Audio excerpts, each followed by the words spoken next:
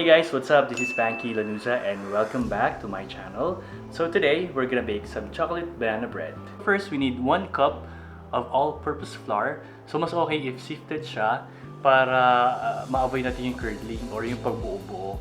And also para uniform lahat ng particles ng mga dry ingredients natin. We also need 1/2 cup of cocoa powder or chocolate powder. So this is the main ingredient of our chocolate banana bread. So it is important to use high quality kind or brand of cocoa or chocolate powder. So my own preference would be Felchlin or Valrhona or Bensdorp. Ito yung mga imported na high quality chocolate powder. We can also use yung locally available dito sa Philippines, which is also of high quality din naman, which is the Ricoa brand. Available siya sa lahat ng supermarkets and groceries, I think. Third is that we need 2 teaspoons of baking powder, 1/2 teaspoon of sea salt or just a pinch of sea salt. We need 3 medium bananas or 1 1/2 cups of mashed bananas. Mas okay siya if it's overripe kasi mas madali siyang ma-mash. We also need 1 large egg. We also need 1/4 cup of unsalted butter melted. We also need 1/4 cup of canola oil. So yung canola oil natin can be substituted with vegetable oil or pwede rin kung medyo afford nyo olive oil. Medyo mahal nga lang siya. But yung tatlong oils na yun can be used or can be used interchangeably. We also need 1 cup of brown sugar. Pwede rin light sugar or white sugar. Pero for me, my preference would be brown sugar. Kasi yung brown sugar contains molasses eh. It adds up to the flavor of the chocolate banana bread. We also need 1 teaspoon of vanilla extract. 1 cup large semisweet chocolate chips. Pwede rin unsweetened. Pero mas masarap kung semisweet siya. And dapat large sizes siya. Hindi siya yung maliliit na chocolate chips kasi natutunaw lang siya. Pag large kasi siya, doesn't melt during the baking process. And finally, it's optional if you want chopped walnuts in your banana bread. Pwede tayong mag-add ng walnuts or pecans if you want other varieties of nuts. So, let's start the baking. Alright, so ang first na gagawin natin is to preheat the oven. Make sure it's 350 degrees Fahrenheit or 170 degrees Celsius. Second na gagawin natin is to grease the loaf bun with baking spray or baking sheets. Kung wala tayong baking sheets or baking spray, we can use the butter. Kasi kanina, nag-melt ako ng butter. And may mga natira pang butter. So, yung wrapper nito, I can use it to grease the loaf bun. Kasi wala akong baking spray. So, it really helps a lot, lalo na pag wala kayong baking sheets. Ginagawa natin tong procedure na to avoid the bread sticking into the pan. Next step is to mix all the dry ingredients except for the brown sugar.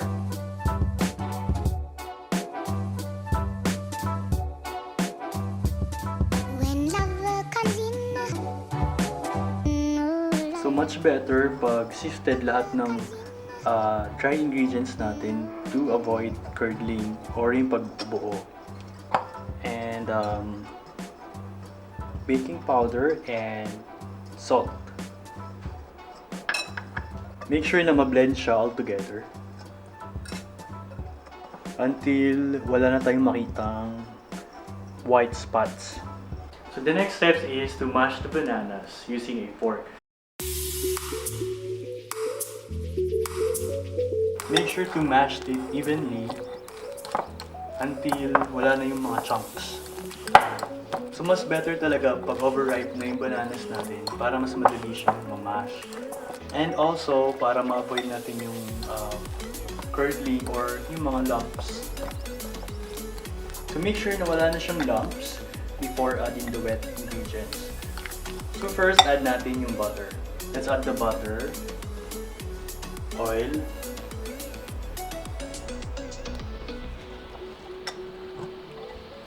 then mix na natin siya. And then we add the egg.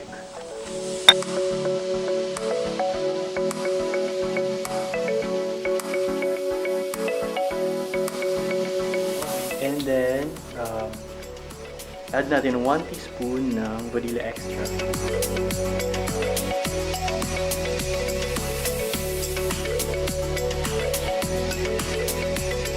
Kapag fully mixed na siya, add na natin slightly yung brown sugar. So yung pag-add ng brown sugar, gradual lang, not all at once. Okay?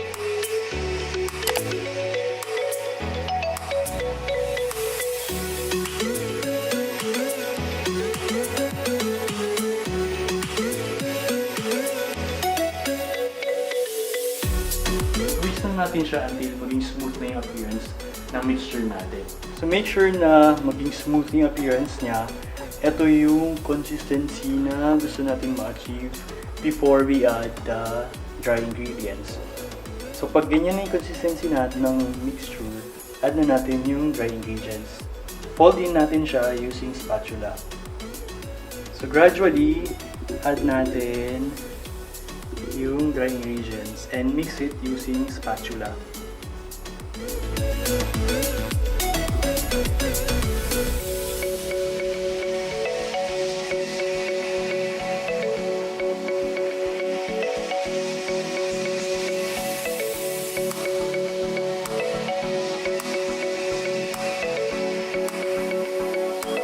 So avoid lang natin ma-overmix yung mixture kasi hindi magiging maganda yung result ng chocolate banana bread. So after that, lagyan na natin yung chocolate chips and yung walnuts.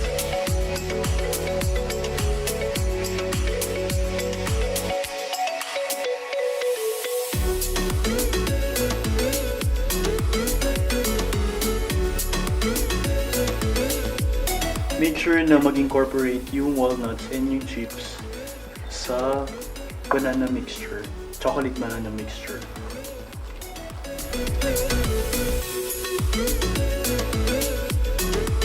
So after mixing the chocolate chips and the walnut, lagyan na natin siya sa loaf pan.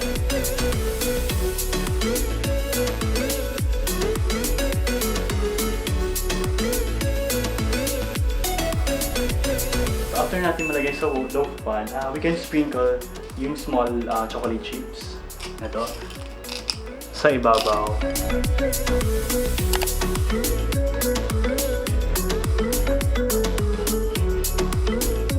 So ibibake natin siya for 50 to 60 minutes. Pag 50 minutes na, make sure to check it every now and then kung okay na ba siya or hindi. Huwag na natin antayin yung 60 minutes. Basta make sure 50 minutes, check na natin kaagad if okay na siya.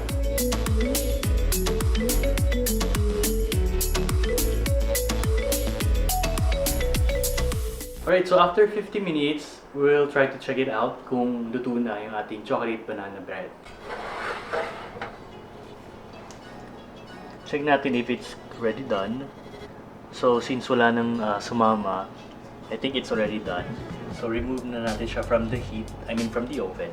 Let it cool on a rack, and then after mga 15 minutes, remove na natin siya from the loaf, from the pan, and then slice natin siya into those bread slices.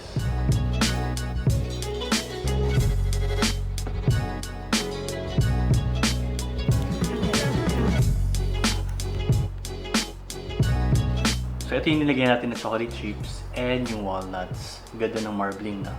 So I hope you enjoyed the video as much as I enjoyed baking the banana chocolate bread. The chocolate banana bread. So if you like this video, kindly give me a thumbs up, and also for those who haven't subscribed yet to my channel, kindly subscribe. If you have questions, just comment down below and sasagutin natin yan. And that's it for now, guys, and hope to see you again in our next video. See ya! Bye!